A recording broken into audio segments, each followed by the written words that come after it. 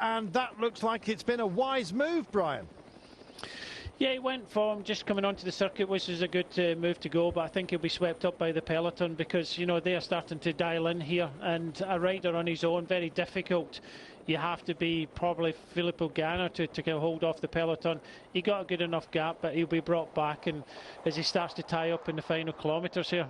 Well, it's a snaky road that takes you to the back straight, and here is that back straight just being revealed to you right now.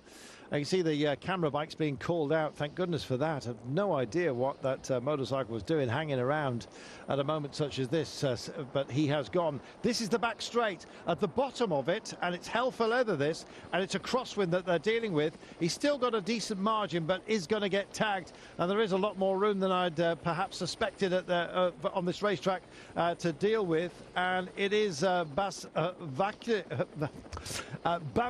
Kuka who is out front. Thank you, Brian. Meanwhile, the flaring of the low sun is in the eyes of the riders. Look how long the shadows are. And he's cast a long shadow over everybody, but he's going to get caught here. So they stream down to the bottom of the circuit here. He drifts over to the left-hand side. It's the right-hand side of the road, which is the prime real estate. And it's Trek Segafredo with Arabastori, who believe that they've still got something here. Likewise, Bora Hansgrohe are still in the frame, and Soudal Quickstep are still marking time just for the time being. And it's a proper grind. There's Peter Sagan in wheel 4 at the moment.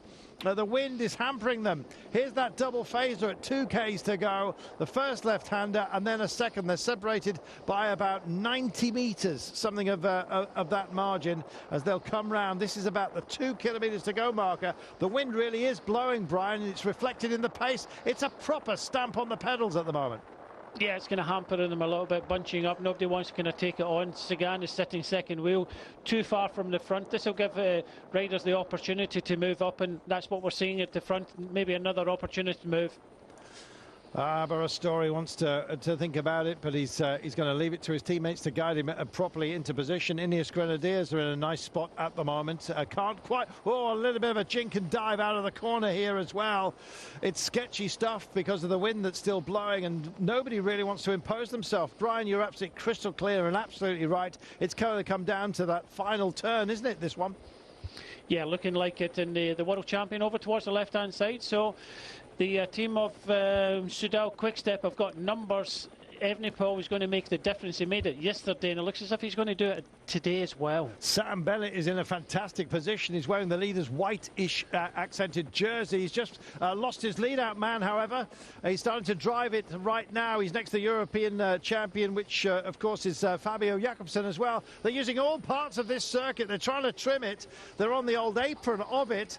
Sam Bennett needs to refine himself. He's lost his teammates just for the time being, but it's just starting to get back in. That's Evenepoel that's doing the guiding. Bumps, grinding all over the place. We said there'd be plenty of elbows, and so it's turned out to be. Here we go. It's the last roll of the dice. Pick this one up, Brian. Yeah, it's Trek Segafredo going for it now. So it's all hands to the pump now.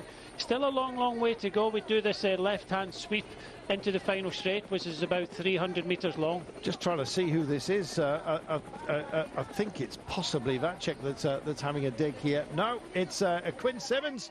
Well, we said that Quinn Simmons could be one of those riders that would have a dig. Simmons has invested big time, and there's a huge chase going on right now. Can he possibly hold on? He drives it into the hoarded section here, and it could be a fantastic win. History repeating itself, you might say. It's a long drag to the line. Is he going to get tagged here, Brian? Well, it's looking like, is it Ricchesi in second place now? The sprint opens up just behind as Gaviria now comes. Picks up, it is. He goes into the dip, and it's that cruel climb. Sam Bennett's on the barriers. Gaviria's got a bit lonesome, and Quinn Simmons makes it happen. Oh, my goodness, what a finale. Ha! Well, we mentioned him earlier as a potential for a long